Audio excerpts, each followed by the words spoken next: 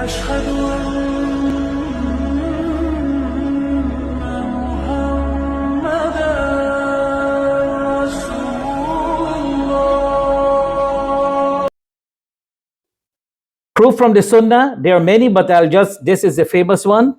بني الإسلام على خمس شهادة أن لا إله إلا الله وأن محمدا رسول الله صلى الله عليه وسلم وإقام الصلاة وإيتاء الزكاة وحج البيت وصوم رمضان. And this hadith is reported by Imam Bukhari and Muslim. That Islam was built on 5 pillars, testifying that there is no God but Allah, and that Muhammad sallallahu alaihi wasallam is his messenger, performing prayer, paying zakat, making the pilgrimage to the house, and fasting the month of Ramadan. And again, this hadith is reported by Imam Bukhari and Muslim. And proof from Ijma is that the entire Muslim Ummah agrees that fasting in the glorious month of Ramadan is compulsory and is among the 5 pillars of Islam. And whoever rejects that fasting is compulsory in Ramadan is a kafir. So if somebody says it's up to you if you want to fast, it is your choice. No, it's not your choice. It is what Allah has made compulsory. And what Allah has made compulsory, we cannot challenge Allah subhanahu wa ta'ala as giving our hukum from our side. And about Allah, brothers, a lot of time, we are living in a time where a lot of these laws of Allah are being played around with. And so we have to embed that in our children's understanding and let them pass that on to their children. That's how we can upkeep the hukum of Allah subhanahu wa ta'ala. Now there are several types of fasting. There are 5 types of fasting, and we'll come to that. Obligatory fasting, supererogatory or mustahab, sunnah fasting, unlawful fasting, haram fasting, makruh fasting, disapproved, and permissible fasting. So we are going to start off with the obligatory fasting. Can anybody tell me how many obligatory fasting are there? Ramadan fasting like that? Yes, like Ramadan fasting is one. And Eid al-Adha. Eid al-Adha is wajib. This is wajib. This is obligatory. So only Ramadan. Only Ramadan fasting. Arafat this is not obligatory. Now Tawheed you can answer if you want to. Okay. So if you have a niyyah of like you're doing fasting, you have to fast that one, right? If you pledge that I am going to fast. Yes, okay, so now you use the right word.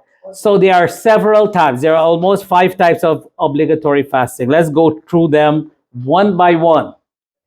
Right? This is a learning process. Don't ever think that any answer you give will make you look like you don't know. It is all a learning process. So the month of Ramadan is number 1. Number 2 is make up fast missed in Ramadan after Ramadan. That is wajib as well. So if you get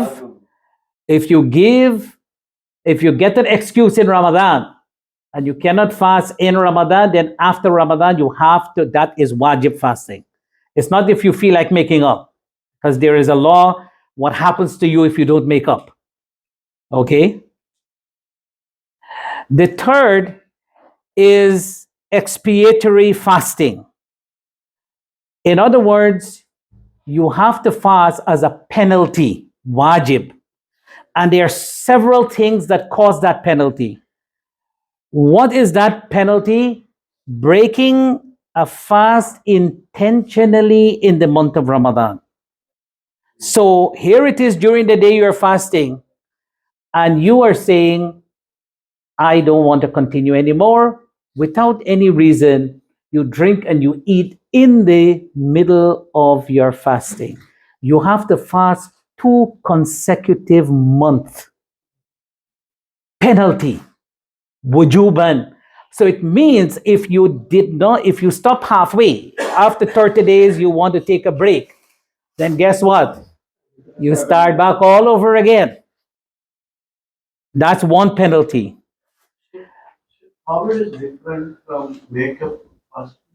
This one, you make up fasting is that you're on a journey and you couldn't fast that day, or you're sick that day, you cannot make up that day, you will fast that one day after Ramadan.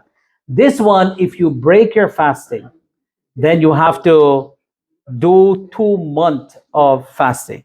Yeah. It's made because of some real reason. We are coming to the real reason. This is no reason. Yes. Question. Yes. So in India, we have been saying obligatory as fard, not wajib. Is there a difference between fard and Same. Zihar. What is zihar? Zihar, you have to fast 2 consecutive months. If you describe your wife as your mother, the Arabs used to do zihar. Surah Mujadala, you can read chapter 58, maybe the first third of that surah talks about zihar. When you say to your wife, you are unto me like my mother. In other words, you cannot go back to her with a husband-wife relationship until you fast 2 consecutive months as a punishment.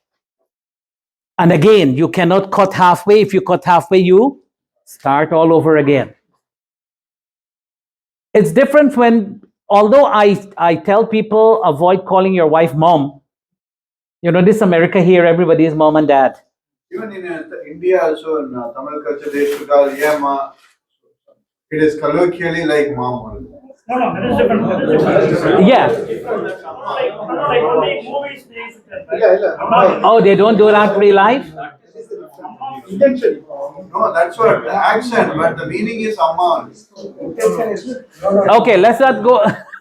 All I'm saying, you avoid saying that to your wife. Call her name, or call her darling, or honey, or sweetheart, but not mom. How many days you were fasting? The rest of his life. Unintentional killing. You have to fast 2 consecutive months wujuban. This is wajib. This is all wajib fasting. Like Ramadan. If you kill someone unintentionally, one of the penalty is that you fast 2 months, or you free a slave, or you fast this 2 months consecutive. Again, that same. If you cut off any point, you have to start back all over again. So for all, any other alternatives is there? Freeing the slaves. Okay, that's good. Yeah, let's not go into the details. We are just talking about fasting as compulsory. Expiation of breaking an oath, like you willfully make an oath that wallahi, I did not take your money. By Allah, I'm swearing by Allah. That's an oath. And you know it is not a good oath. You know it is a wrong swearing you do. Or you tell somebody, this agreement we are going to make, I ask Allah to witness this agreement, and you break that agreement on purpose, then you either feed or fast for 3 days. This is wajib fasting. You have to do it. You either feed or clothe, or you will fast for 3 days. Those perform for fulfilling a vow. That's what Brother Tufail said. If you say inshallah, or not inshallah, you're saying if Allah cures me from this sickness that I have, I will do so. I will give 1 month's salary. Fi sabilillah. You get cured, but you did not do that 1 month salary. Then you have to fulfill a vow of fasting for, I think it's 6 days. I have to check that. I think it's 6 days of fasting if you make a vow. But if you say inshallah, then it's not a vow. It's always good to say inshallah. That if I feel good, inshallah, I will do so. So if you happen not to do it, you are not liable to perform that fasting. So all of these are considered as obligatory or fard fasting that you must do.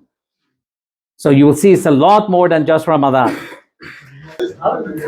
Supererogatory or mustahab or sunnah fasting is the next category of fasting. And that fasting are several kinds of fasting, like the day of Arafah. This is the highest of sunnah fasting. The day of Ashura, this is the second highest. 6 days in the month of Shawwal, after the month of Ramadan. 13th, 14th, and 15th of each lunar month. These are sunnah fasting. Fast during the month of Shaban, not all of the month, but in the beginning of the month of Shaban. Fasting Mondays and Thursdays.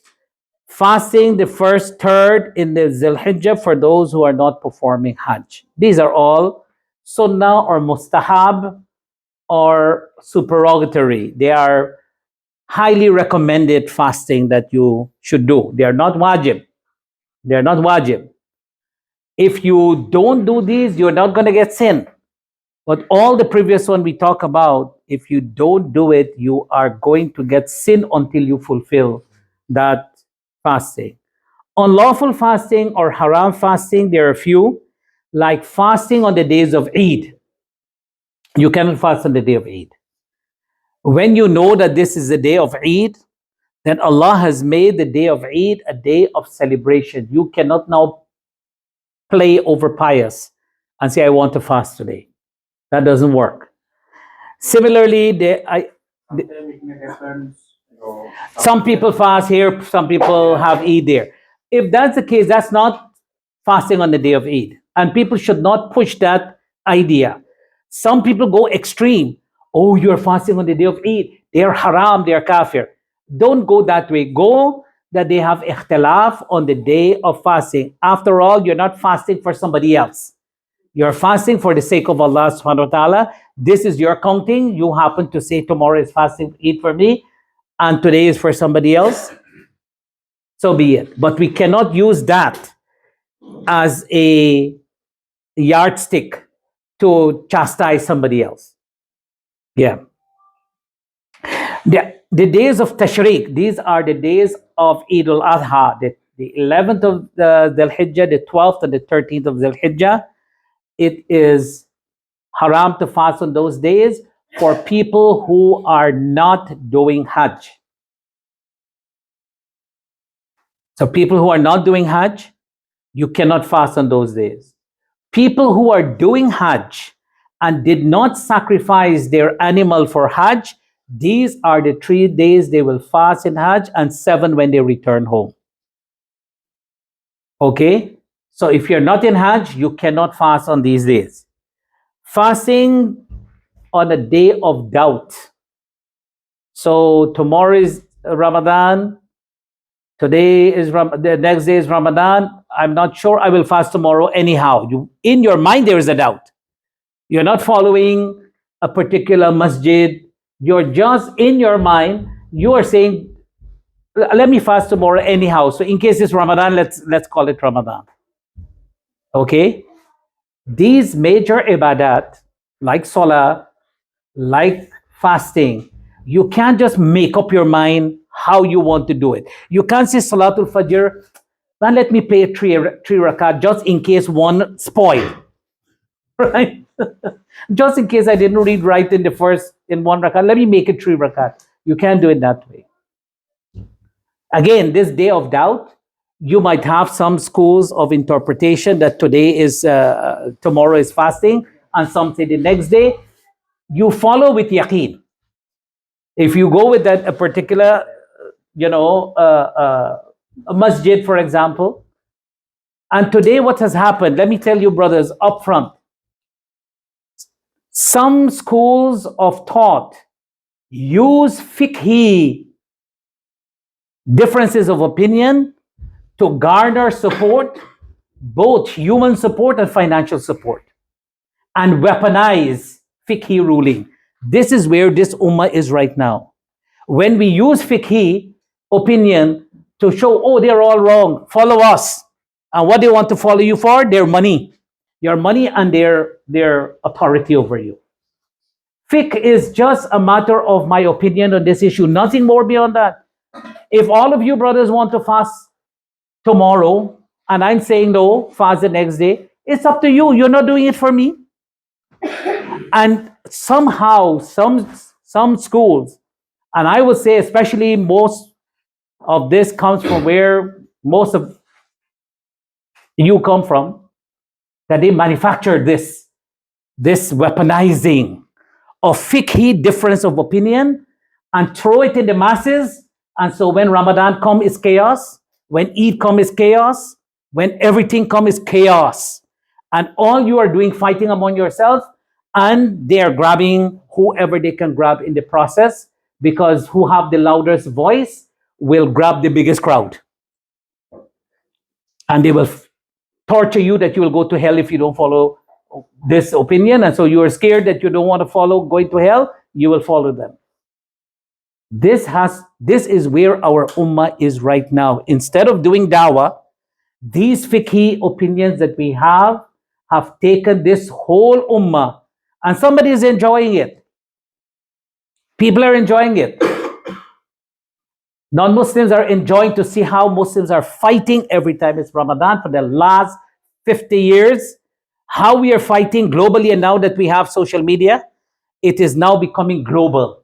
And the fight is becoming global. Instead of you focusing on taqwa, on dua to Allah subhanahu wa ta'ala, half of Ramadan is fighting that we started the wrong day, and the next half is to fight when Eid is. And all the discussion, one brother asked me one time at the masjid, not here, when I was in my earlier days as Imam, he said, Shaykh, tomorrow Eid? I said, yeah, tomorrow is Eid. He said, but my brother, he says next day is Eid. I said, oh, interesting. I said, did you ask your brother if he paid his zakat? Just like that. I said, did your brother ask you, or you ask your brother if he paid his zakat? He said, no. I said, that's a pillar of Islam. You should have asked him that first, because Eid is only a sunnah mu'akkada. Eid is not fard. So if you pray tomorrow, you pray it next day, no big deal. But he didn't ask you about zakat, and you didn't ask him about zakat. And he didn't know what to say. And the conversation ended. He got the point. We are fighting over these issues, and everybody is calling everybody. And because your hometown is having Eid the next day, and in America we are having Eid tomorrow, how can you have Eid and Juhala become ulama overnight? And you have online fatwas and non-fatwas, and we throw it all over again. Ramadan is ending, and before we spend these last hours begging Allah to accept Ramadan, we are in this chaos. I want you to think carefully about that, and don't become a victim of fiqhi dispute of Ramadan, of fasting, of Eid. Don't do that. Do it with your heart sincere, that okay, if I'm going with this masjid, they're doing it here, I'll go with Eid with them. There are many masajid might have Eid another day, that's fine. If you choose that day, go and do it by yourself. Don't create chaos among yourself. Use your time to gain taqwa. This is good. Break your taqwa.